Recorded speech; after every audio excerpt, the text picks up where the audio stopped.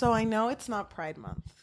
It's always Pride Month. You know what? You're right. It's a whole Pride year. It just never stops. Thanks to Chaperone, she solidified Pride Month is all year round. Dude, I love her so much. Me too. And I'm glad you brought her up because I was going to ask. I think we've mentioned it in episodes before, but doesn't it kind of feel like male relationships in books are so much more sought for than female and female relationships?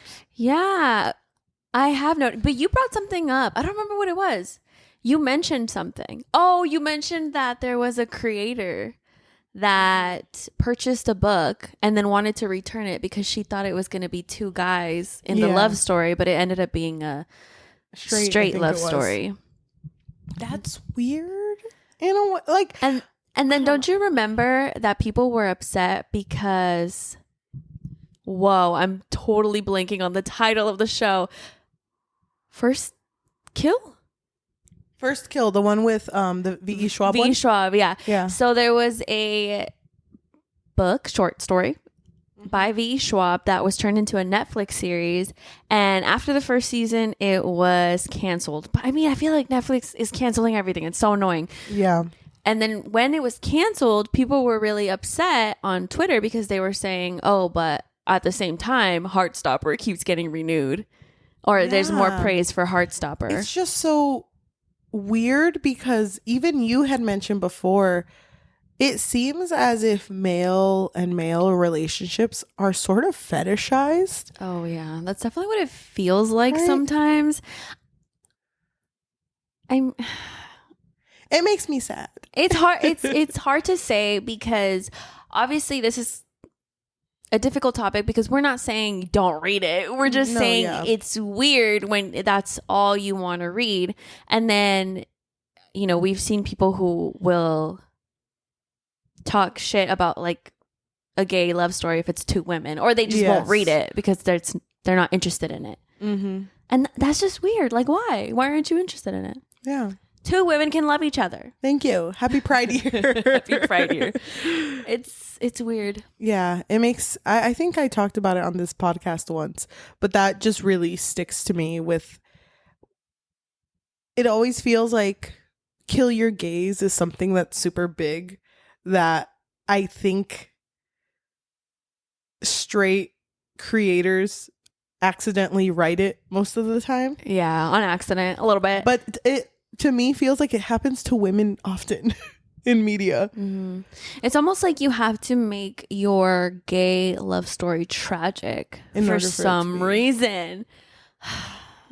Oh my god, why the women? Why the girls? The last time we talked about this, I forgot what episode it was. It was so long ago. Yeah. I brought up that there's a certain show that I was so pissed off about. Okay, it's very popular. I don't even want to say the title because it's a spoiler. Yeah. It's a very popular show, or was a very popular show, but I hated the ending because it's like it was two women. And it just kind of felt like, why does one of them always have to die? It's so annoying. In order for it to be like impactful. Yeah. And kill your gaze. I when we had first talked about it, I didn't even know that was like a trope. We talked about it when we did Gideon the Ninth. Yeah, I think so, right?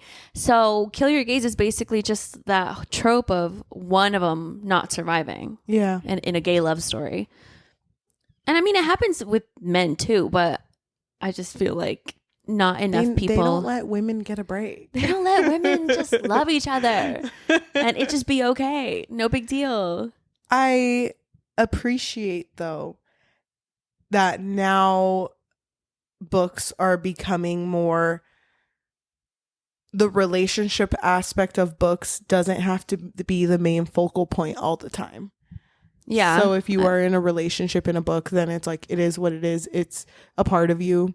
And I don't know, it feels like more often I've been reading more books where they are just in a relationship with a man and a man, or a woman and a woman. And it's just like, yeah, that's just my life. And I'm like, okay, that's such a big step compared to where we were like 10 years ago. Yeah, it is. And it's just accepted too. It's not a big deal or anything. And they're still going to have like societal barriers, and you can see it in like the people that interact with them sometimes, but you can also see it in them where they've been like, I've been through this shit, don't give me that shit. So yeah, and I mean, obviously not every place is gonna accept LGBTQIA stories, so I do understand that there is still an importance of being able to see a character like still having to cement who they are, and maybe their family not being super agreeable to it, because there are people who have had situations where their families don't accept them, but it is nice to be able to see more stories where it's just kind of like it's just a part of the story. Yes. You had showed me something on Instagram the other day that kind of has to do with this topic, and it was a while ago that I sent this. So wasn't it a proposition? So right now that the election is right around the corner in America. Yes, in America. There was this whole page or post, I should say, that was talking about Project 2025, which is basically like Trump's plan if he is elected again as president. And I don't care that Trump says that he didn't write this. That bitch wrote it. He fucking wrote this. So basically there's a post that says, how will Project 2025 impact your freedom to read? Spoiler, it will eliminate it. So this post comes from Maggie Tokudahal. I'll post a picture here. Yeah. So do you want to read what the first or the second slide says?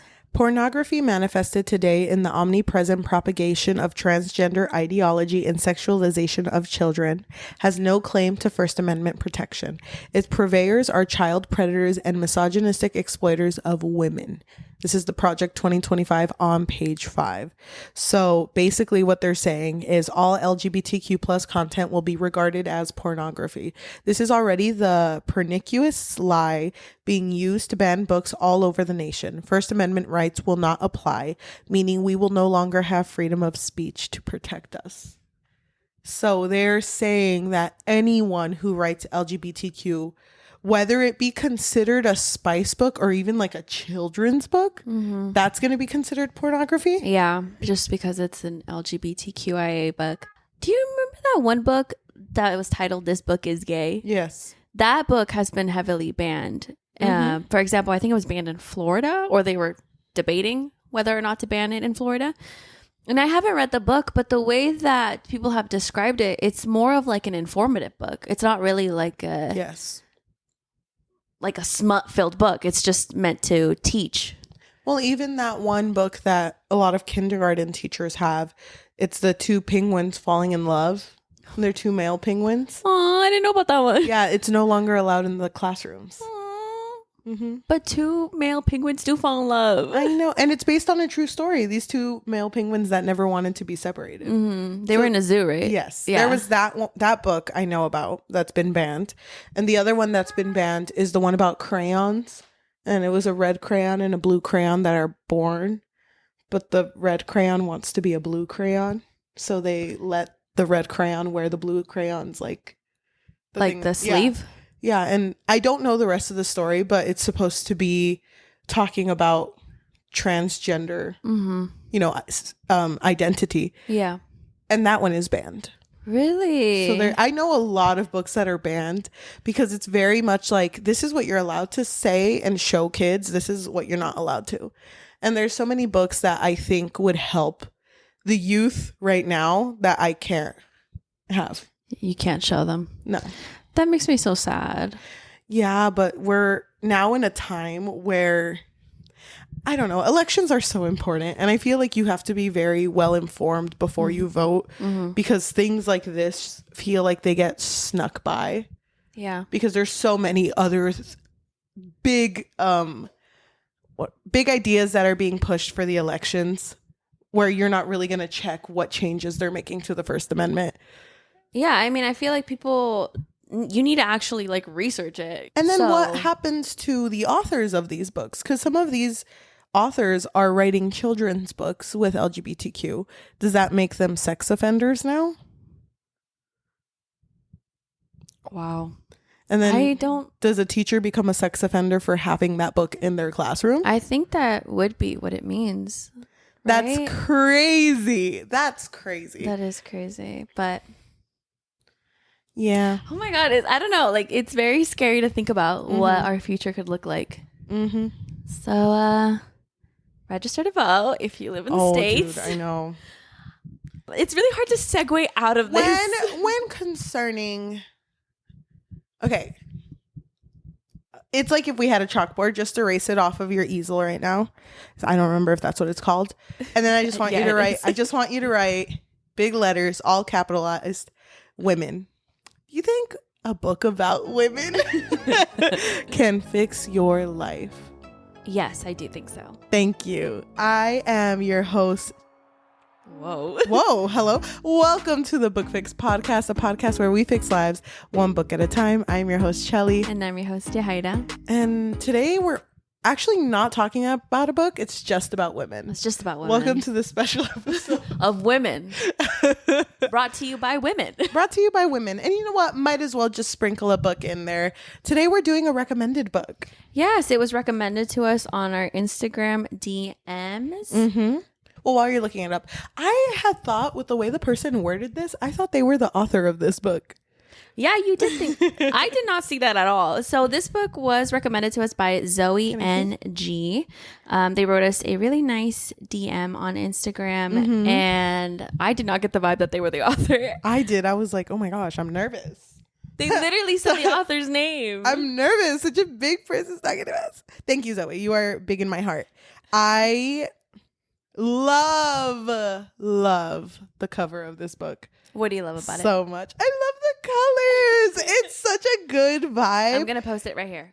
Thank you. I just think that this cover is so pretty, and this is one of those books that I'd probably put in the corner of my coffee table so people could be like, wow, she read? Did you read her? Oh my god. I do really like this cover too. I always love like the hand thing when you're trying to touch hands, but you're just a couple inches apart. Don't even get me started. I just really like the colors. The vibes for this book too are really nice. I will say, going into this book, I put my expectations to 0. I didn't want to be too excited for this book, and I didn't want to be too disappointed. So I was like, I don't know anything. I'm just going in this knowing that it's an LGBTQ book. Don't know what it's about. So when we are brought into this world of where people are born with marks on their hands, I'll hold it. Put a pin on that. Okay. Whoa. Okay. I ran out of pins. So bring back the pins. So this is a podcast where we would love it if people who have read this book sound off in the comments below and let us know what you thought about the story, what you thought about the characters, what you rated it. But you know what? We're also here for the girlies who have no intention on reading this. Yeah. So we do spoil. But we spoil in a way where you're not sure if we're actually spoiling the book or something that's been locked in our minds and our hearts. Or maybe the fan fiction we wrote on this book, because that's what it feels like sometimes. So, yeah, please join us for whatever this is going to be. So this book takes place in a world where your place in society is kind of dictated by whether or not you're born with this mark.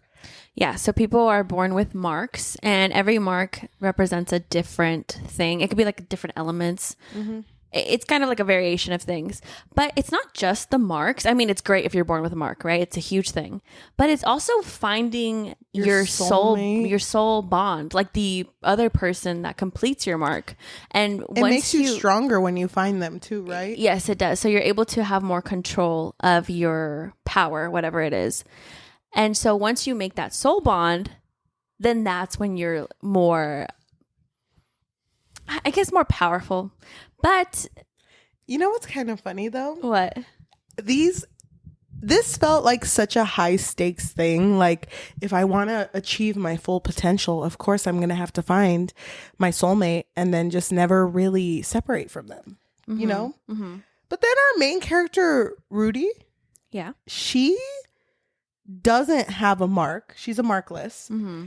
And she is also like a witch. Yeah, she is a witch. So I'm over here like, wait, you're telling me I could be a witch and just kind of be on my own my whole life? But it looks like, from what I understood of the story, you're not really like born into being a witch. You could just learn. Yeah. You could just learn it. I looked it up on YouTube. Look now I'm up casting spells. Look up some YouTube shorts. Yeah, I'm singing a little ditty and now the gods are like, slay. Dude, literally, I love that her power comes from song because it gave me such Little Mermaid vibes. I don't know. Like, that's kind of like what I wanted. I kind of wished I was such a... Because she only sings... I say it like it's such a small thing. She only sings. She has powers that come with it because she sings in order to ask the gods for something. So let's say someone is asking for like... food. You sing a little ditty like, bring them some Subway. And the gods are like, okay, you know what? You sang that so well. Here's some Subway. But it's so funny because you also have to offer something along with your song. And she give them could some Subway, but take their firstborn. Oh my God. No, it's like little rocks or little plants or whatever. Yes. But I did like how it mentioned that she could feel if the gods did not approve of whatever it is that she was offering, or if what she was asking for was like beyond what they could provide, if you know, or what they wanted to provide. So I like that aspect of the book. I just think it's funny though, like where in such high points of stress later when she's singing to the other main character, trying to do what they're trying to achieve in the book. I think it's kind of funny how stressed you could be, but she's over here like fucking humming Beyonce. That's just like Crazy in Love. I know. But like the slow down version. I fucking love that so much. Oh, but I do want to bring up that in the beginning of the story, Ruti is like 6 and she witnesses a soul binding. And I thought it was interesting that she witnesses this. And I think it was like a grown up with a child, right? Yes. So it doesn't always have to be romantic. It could literally just be like transactional and that's it. Bye. And she witnesses that they just part ways and they never see each other again. That's wild. Yeah. So. But does that mean your power is still fully achieved? Because you met? Yeah. You just have to meet. You don't have to stay together as like partners in crime or whatever the fuck.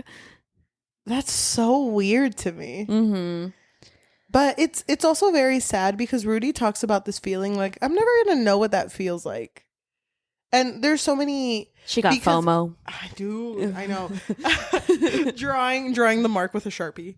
She would draw. She would draw it for others. She wouldn't really do it for herself. She said she used to draw a mark on herself and then she would do a little incantation, a little song, if you will. And then it would show up as like a temporary mark, basically. Yeah. But to other people, they would see like, oh, she's marked. Cool. But there was this one conversation she has at the beginning where this boy's like, can you please just do a temporary mark on me? Because my parents, they are marked and they live in like the kingdom basically. And I want them to see me because they obviously want me as a kid. And she had to be like super blunt and just be like, they don't want you. You don't have a mark. What are you going to do for them? And the markless have to survive in the slums. So they're very... Is it ostracized? Yeah. Like they're just completely separate from society. So even when there's like merchants around, and it's crazy to me because I don't know, like to me, merchants is just kind of like a, you know, like anybody can come in and whatever, you know, get your food, get your corn, whatever.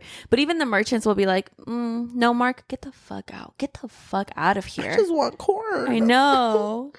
I don't get it. So Ruti. She takes in this child one day whose name is Kimya. Well, she names her Kimya. Kimya is also a markless that was just living in the slums. Is she? She was in an orphanage. But she was walking by because didn't they meet in the streets? Well, she was being bullied. Yes. And then she saves her. And then Kimya's kind of like following her around. Does Kimya not speak? No. No, she doesn't. She doesn't speak. Yeah. So... I love that she just adopted a daughter. Well, right at the very beginning. Well, no, don't you remember in the beginning she had adopted somebody else. She was watching someone else, but they passed away. Yes, she mentions too that she does that often. Yeah, she takes in people, but they never really stay. Yeah, the person before had stayed the longest. Mm-hmm. So she didn't really want to adopt anybody else because she was very reluctant with Kimya. I think because she was so young. Yeah.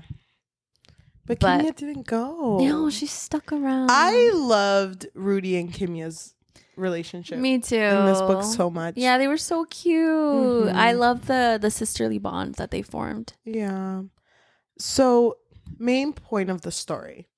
We have in this world a kingdom in which the princess, her name is Princess Dekala, is supposed to meet up with a bunch of men because she has a mark and they really want to pass down the kingdom to her. But in order to pass it down, she needs to soul bond with whoever her partner is going to be. So they're bringing around all these princes, hoping that one of them will soul bond with her. But she has no interest in that. She doesn't want to. She doesn't want that. She wants to rule by herself. She wants to be a solo independent queen. And I'm not going to go into details, but just know that she learns about. Well, it's because they capture them. Because don't you remember that Ruti and Kimya, they're like in the merchant square, and Kimya steals Dekala's ring, and so they pawns it off. Yeah, pawns it off, and so they end up catching Ruti. And so she's a prisoner, and Dekala's brother is like a big role in the story as well because he's the king. Yeah. For now. And he really wants her to get married and find somebody. But then they witness that fucking Ruti knows how to sing. And so she sings a little bit and manages to escape. And so that's how Dekala witnesses her power. Isn't that so funny?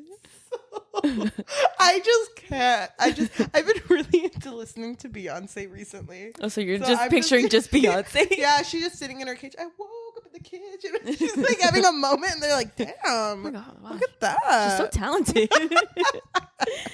So no, you know what's so funny? I didn't really picture any like songs in particular, but just based on the way that the story was written, I pictured it to be super dramatic, just like almost like Ariel's, like the song that she does when Ursula's stealing her voice, like just the long notes. Like that's just what I pictured.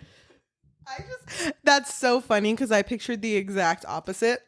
And I'll get into that more when they get into their journey. But Dekala basically sees that Rudi's a witch and is like, you know what? I will let you live here if you become my witch. That's it. That's it. No, nothing else. And you have to do something super secret for me. No one can know about it. I guess you can bring your daughter Kimya with you. Sister. She doesn't think she's your daughter. To me, she was. She's so young. Bring your sister. Wasn't Ruti like 17? I think so. Bring your sister, I guess, but you have to do something for me. And Rudi's like, okay, it can't be that hard. Sing a little ditty and then live here? Sure. And it's like, no, the ditty you have to sing has never been dittied. It's supposed to make it so that my mark will not go off when I meet my soulmate, my soul bond. And she's like, that's not something you can ask for. Yeah, that's beyond her control. I don't care. You sing that Beyonce cover and you make it work. So Ruti accepts. It never works. I just want to say that now. It never works. No. So what was the point of that? There was like no way that it was going to work though. Yeah. Because like I already explained, sometimes when she's offering shit up, they're like, that's not good enough. Yeah. So she's asking to do something that goes beyond, like, I guess, nature or whatever the fuck. So it's just impossible for her. You know what I kind of wished? I'm going to pull that pin out that you put earlier and I'm going to put it in here because it's something I want to discuss. What I thought was going to happen in this story was that she was going to realize that to be soulbound is such a life-changing thing. And that's your peak. That's your peak power. And you can never experience something like that if you don't have a mark. I thought the only way to figure this out was to make Dekala Markless. I thought she was going to take the like... That is so funny that you said that, because my prediction was the complete opposite of that. I thought that somehow fucking Ruti was going to show up with a mark. I thought like she was just going to be like, whoa, look what it looks like. That. You know, like I thought when they first kissed, I thought, whoa, she has a mark now. I just wanted, I get that. But I also just wanted them to realize, I guess, that to be soul bound to someone doesn't have to have a physical change, you know? Mm-hmm. So if for some reason Dekala had ended up markless and hated it, but then like kissed Ruti and was like, you know what? I don't feel it here. I feel it in my heart. Mm-hmm. I would have loved that shit. But it didn't happen that like would that. go against nature too, though. That's to take off your mark. But I feel like taking away is easier to ask for than to get. No, you mean we're talking about blocking the soul bond. No, I'm talking about like completely erasing the mark. No, but that's never been done before, though. They should have done it anyway. But the soul bond wasn't blocked, though. I know. So like that wasn't even on the table. It should have been. I don't like the idea of stripping my girl from her power. But then you see that the power is the friends we made along the way. Literally. And the Beyonce songs we covered along the way. We can't even play Beyonce because when we sang Lemonade on that beach, I knew you were the one to color. They would be copyrighted so fast. Impossible to do that. So they go on a little trip.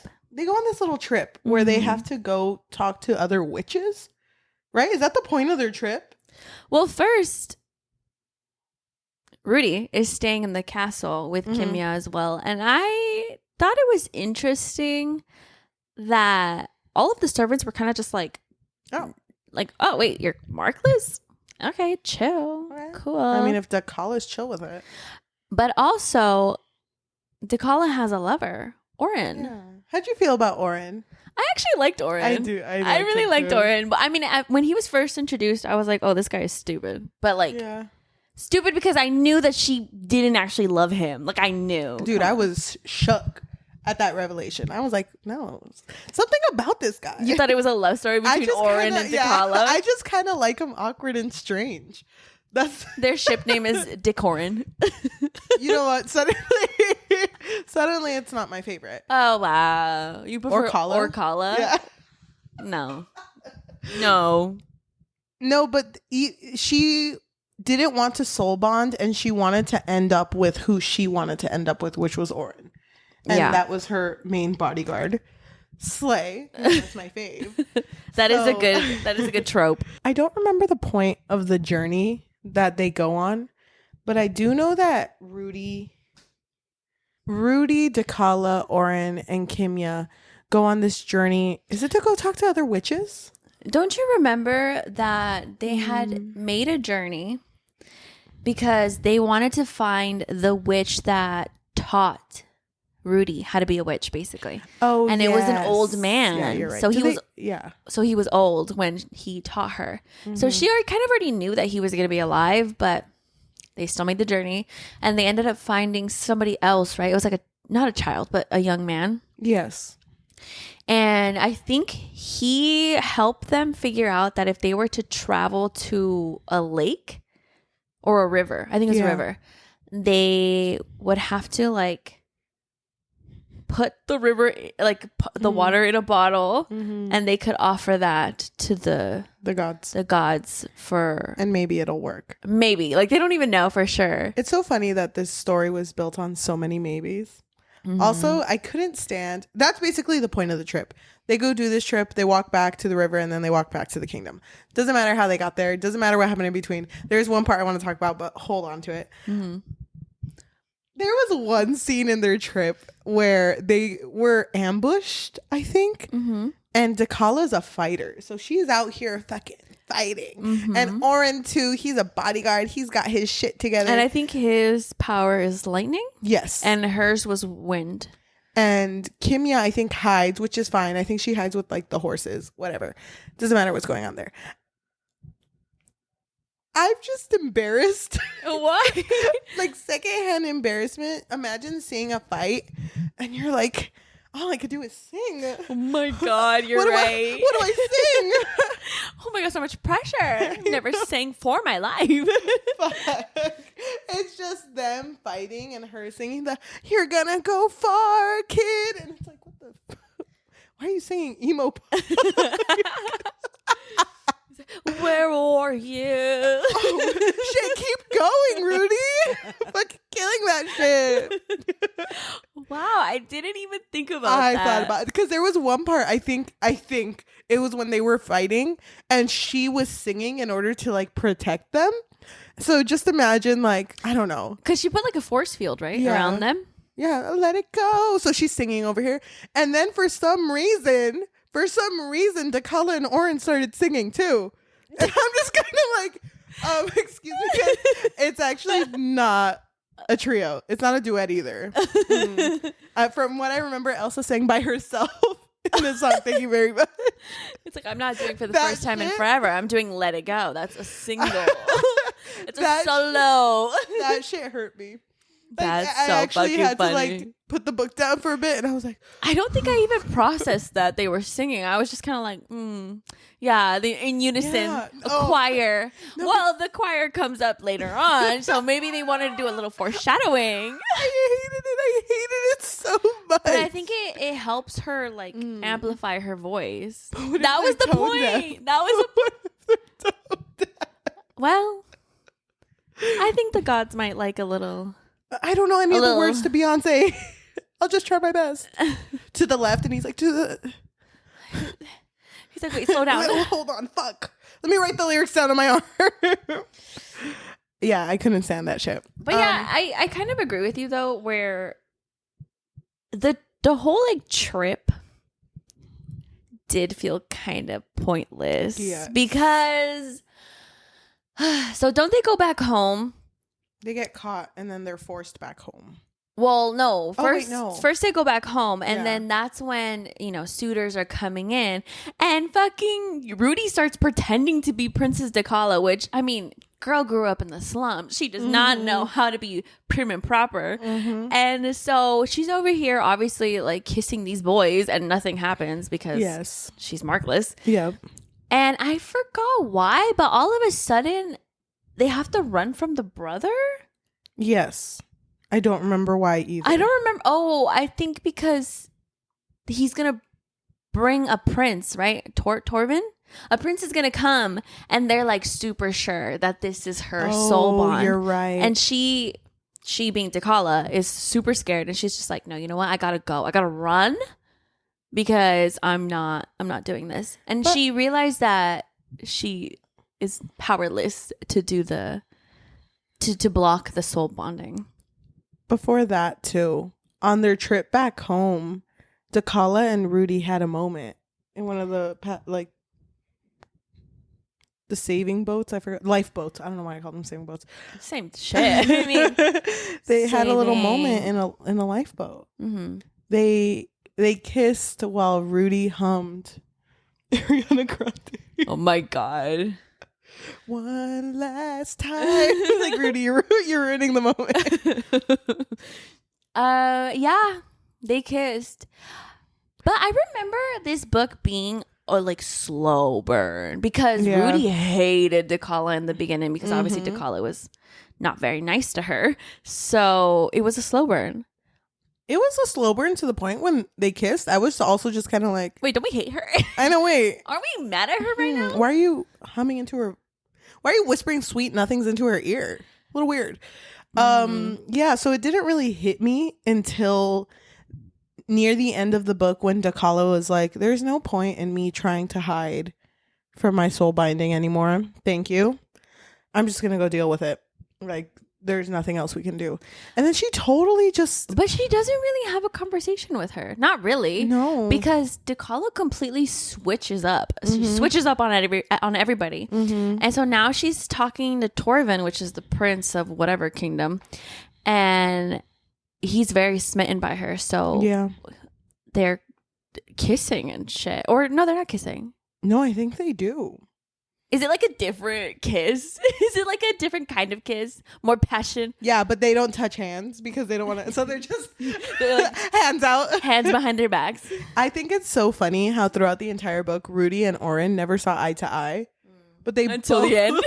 They're both like, I fucking hate this bitch. How can Torvin just do that? Torvin. They hated Torvin. Yeah, they hated Torvin. Mm-hmm. They would never hate Dekala. Yeah.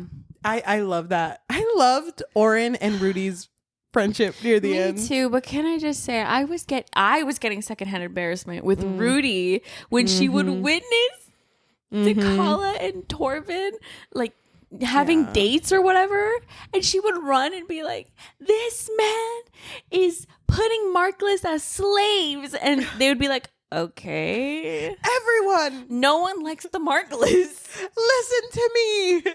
All the lights go off, one light on her. Save the Markless. Now listen to this little ditty I wrote. She pulls out a fucking keytar, you know, the ones you blow at her. Oh my god. Yeah, you know her and her covers. Dude, I felt so sad for her. I felt sad for her too, but at one point I was just kind of like, I would have given up. Yeah, no, by me this too. point, you're so patient. Like she doesn't wait for Dekala. She had no reason to stay, really. Until fucking Torvin wanted to mess with her, and Kimya goes missing, and she knows that Torvin had something to do with it. Yes, and I forget what Torvin like sent her to a place where all the Markless live, right? She was banned from the kingdom, and they threw her into like some hole or something where you can buy Markless as slaves. Yeah, right? and so this part kind of felt almost like fantastical. I don't know how to describe it. It gave me like Coraline vibes, like, you know, when they're like crawling into the hole. Yeah, and then that's where the other Markless were hiding, and she meets them, and I don't know. They build a relationship, I guess. And she starts asking everyone if they had seen Kimya, but she just obviously described what she looked like. Yeah. But nobody had seen her. So she was convinced that she was still in the castle then. Which she was, but she was with Torvin's people. I'm going to skip ahead to the very, very end. Before you skip ahead. Okay. There is a scene where they first hook up. Do you remember that scene? No. You don't remember that scene? Oh, I thought you were talking about Torvin. No, Dekala and Ruti. Yeah. So she still hadn't found Kimya, and she's back in the castle, and she's trying to talk to Dekala, like, Dekala, please listen to me. This man is bad news. And Dekala's not listening to her. She's kind of just like, I don't want to hear it. I don't want to hear it. I don't care. I'm going to marry this man. I'm going to kiss him. Soulbinder. So much. Kiss him a lot. But then they end up kissing, and then, you know, they do other stuff. And it's funny because Dekala walks out of her room, and one of the maids is just like, I'm not gonna ask. I'm not gonna ask. I'm not gonna ask, and I'm not gonna tell. But near the end, you need to explain to me what happened, because I know that Dekala and Torvin's hands touch, and then they both end up soulbound to each other. So it worked. But what happens next? So what had transpired was that when Dekala and Ruti hooked up, they came up with a plan. So this was confusing to me because Ruti was acting like she had no idea what was happening. That's why I was confused. Because she was still acting like a jealous girlfriend even after this. But they came up with the plan where they were going to use the lake water. Oh, because, the river water. Because the river water is like dangerous, so it burns people. Yes. But you can also use it as an offering, right? And so they offered to the gods the river water in order to bring back Torvin's brother, which was the rightful king of his kingdom. Yes. And he was still alive, but he was in a coma. And there was like rumors about what had happened to the king. And the way that Torvin spun the story was that, oh no, he just fell ill, pobrecito. But it was actually him who had done something to his brother for him to be in a coma. So nobody would know that. Yeah. Only the king. And so while they're, doing their soul binding, fucking Ruti is over here singing a little ditty. And then the king shows up, the rightful king shows up. Yeah. And that's when Dekala's like telling Torvin, oh, I know that you're not actually who you say you are. I know that you were just trying to use me, but I mean, samesies, me too.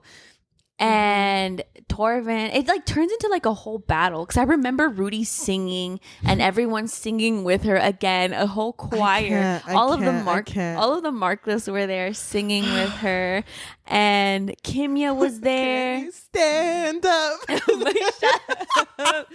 Kimya was there, and Torvin was gonna like attack. Yeah, I don't remember who he was gonna attack. Maybe Dekala, but then Kimya throws the river water on him, and it kills him because of how dangerous it is, because it burns skin. And that's how they defeat the evil.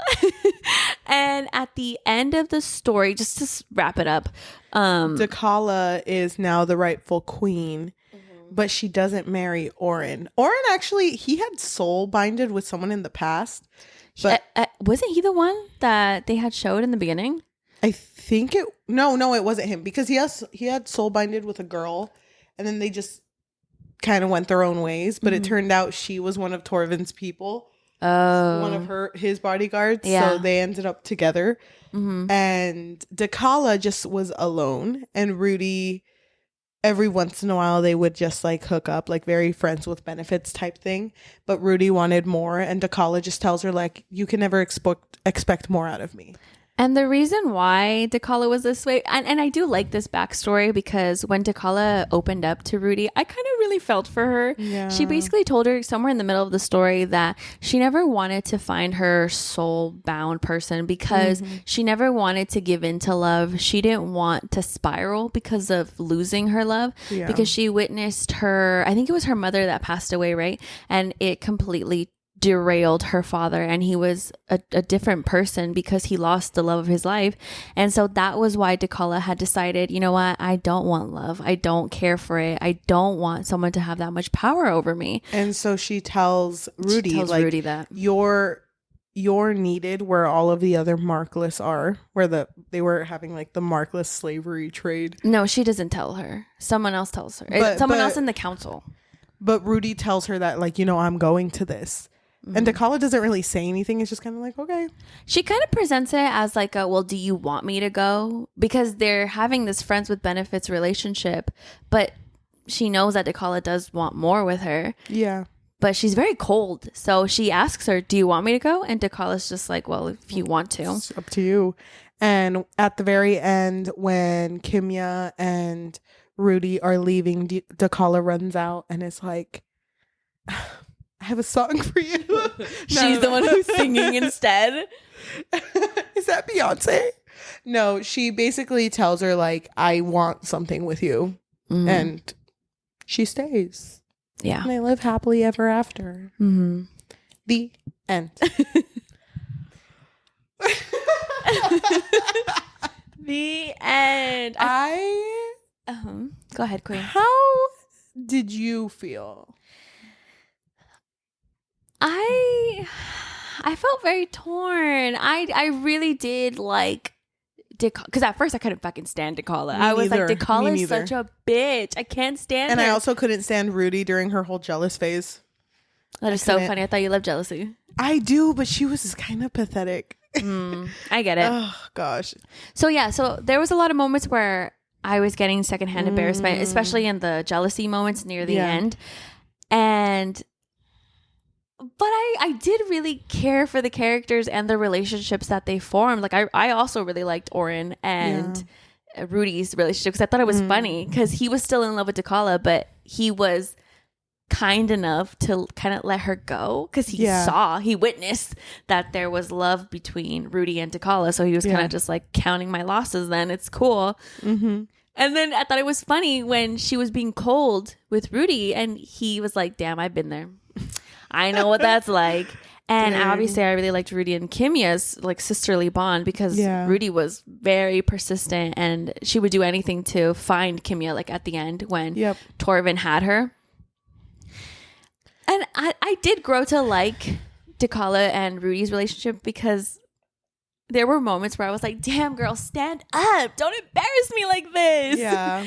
But I don't know. There's certain things of the plot that I wish were different. I think the biggest thing for me is I wish that the trip they went on meant more.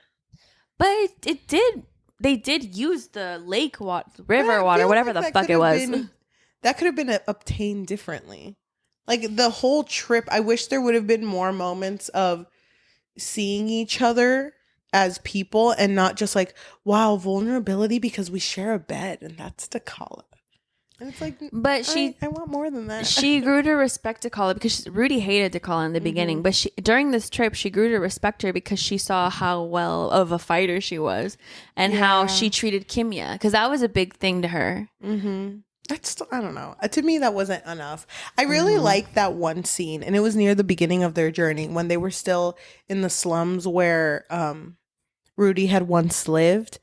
When Dekala gave a shilling to one of the kids, the Markless kids, and then they all swarmed her. And it kind of just hit her like, oh, like, I guess I can't really do that because it's now everyone's going to ask. I don't know. It just felt very like she's never been in a situation like this. Mm-hmm. And for her to finally be humble to the point, like, you just need to mind your own business and walk right now because we're trying to get something done. I really wish there were more moments like that where she could just kind of see like, this is the reality everyone lives right now. I kind of wanted her to live that reality for a bit, but she never really did.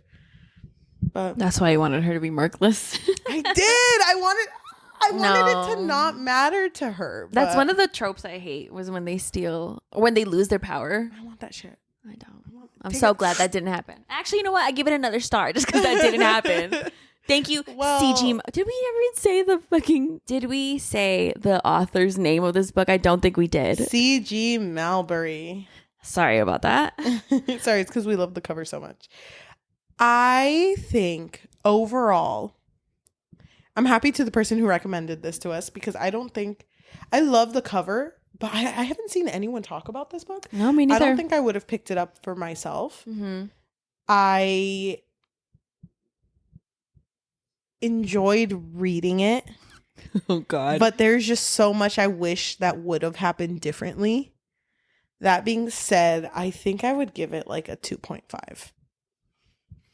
Okay. I think I would give it like a 3.5. That's pretty high. I really like the characters. I had issues with the plot. I think if I were to rate it on Goodreads, I'd put it at a 3. So you're okay with them having an entire fucking moment at the end singing together? I actually thought that was beautiful.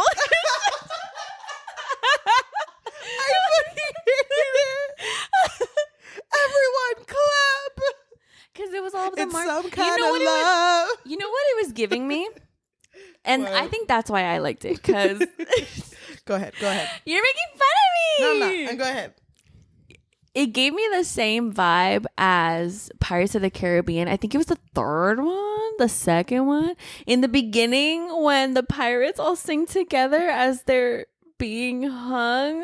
Shut the fuck up, Cheli. That scene's actually really sad. I love how the solidarity, you know what I mean? Like, yeah, I love unity in song. So I think that's why I really did like that part. I understand why it's cringy though, but I liked it. Meanwhile, I'm over here like ending of Trolls 3. Rudy's witnessing death and murder, and she's like, "Everyone, put your phones up, put your lights on." You love trolls. Why didn't this work for you? I do, but it's just like, I don't want to see. Because it's a girl and not a troll, not an ugly troll. I've never called one of them ugly. It just didn't feel right to me. It didn't feel like it vibed. And the secondhand embarrassment I would get if someone else was singing and I'm like, thanks, but you're not a witch. I think you get easily embarrassed. Yeah. I'm embarrassed right now thinking about it. It's so fucking funny. And it's funny because like with my type of job, I'm not supposed to be embarrassed like ever. So there was this one time. Oh my God. There was this one time we had a public speaker come to talk for the kids. And I guess they didn't bring their hype people, which is like, that feels like a weird thing to forget. And they were like, so we wanted to ask all of you adults here that work here, if you could just, if we play music, if you could just run around and hype up the kids. Wait, me? What do you mean run around? Wait, hype up. Explain. That's not in my vocab. So no. Yeah, so Don't get me wrong. Imagine me, okay? Imagine me, an adult goes, yeah, we just need you to kind of like sing and dance for the and. No, I can't do that either. So I'm over here like I am about to go crazy, but this is my job. I get paid for this, so I'm gonna do the best I can. So we're standing there waiting for the music to start. Okay, everyone's sitting on the edges. We're standing in the center, and we're all just kind of looking at each other like, I guess this is what we do. Fucking Pharrell Williams' Happy comes on. That's the perfect song to hype up children. You don't like that song?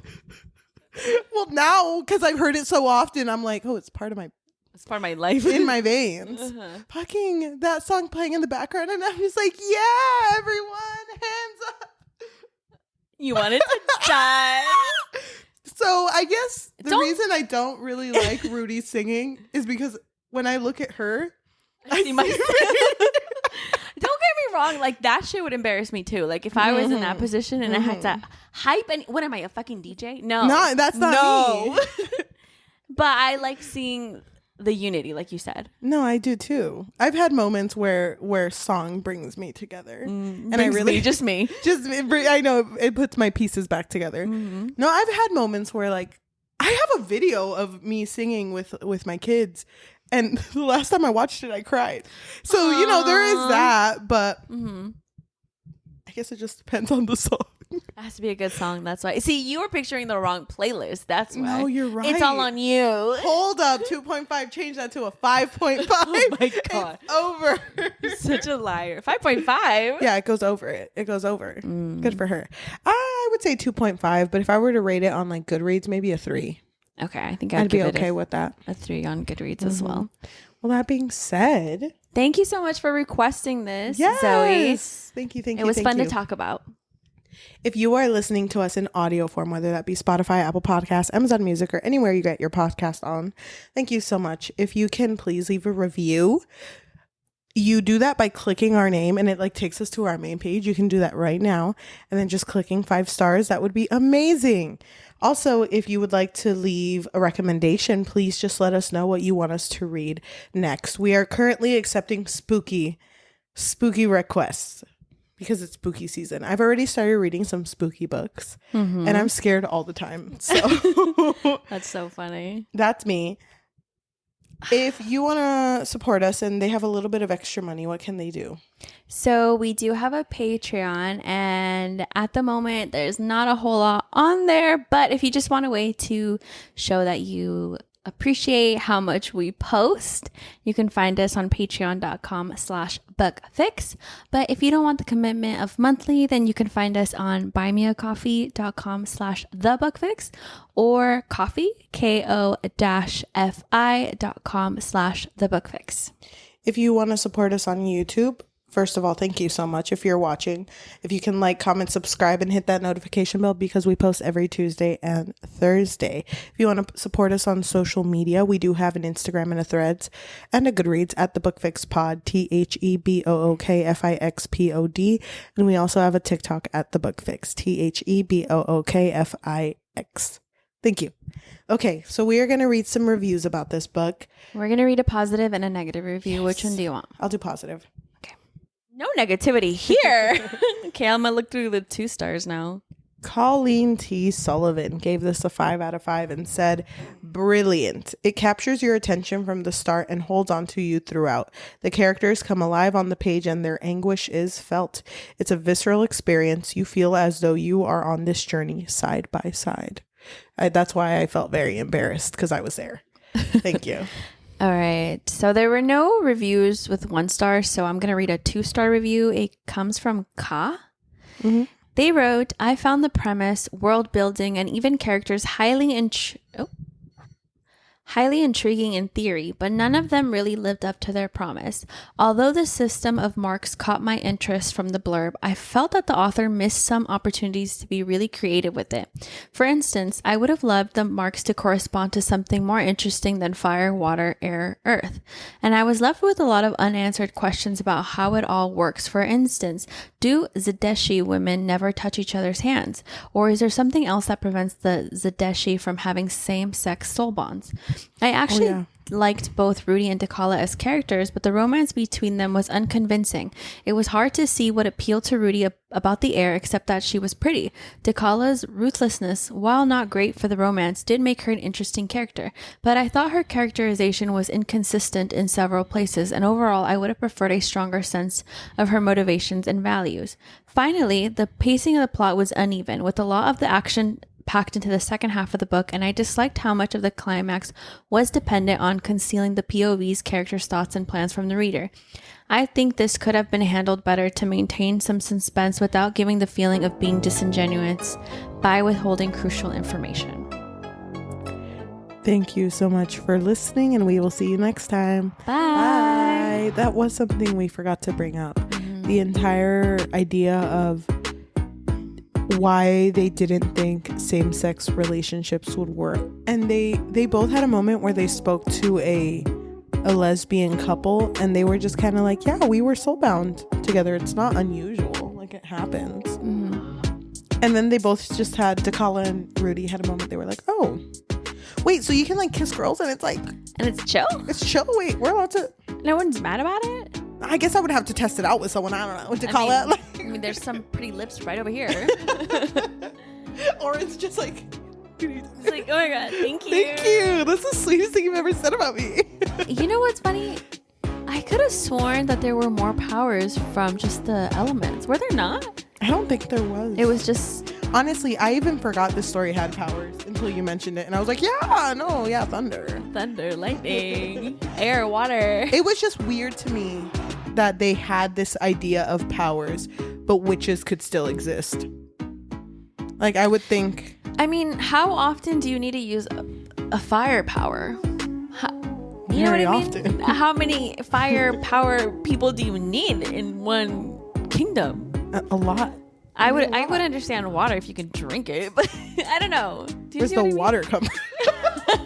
Do you just make it? Or is it like just created, kind of like Lee pull Bardugo's, like, you know, small science? Whoa. Oh my god, small science. Or do you just like pull it from somewhere? I don't get it, and I don't like it. Now I have more questions. Yeah, me too. Would you read something else from this author? Yeah, I would. Okay, that's what we're gonna do right now. No, we're not.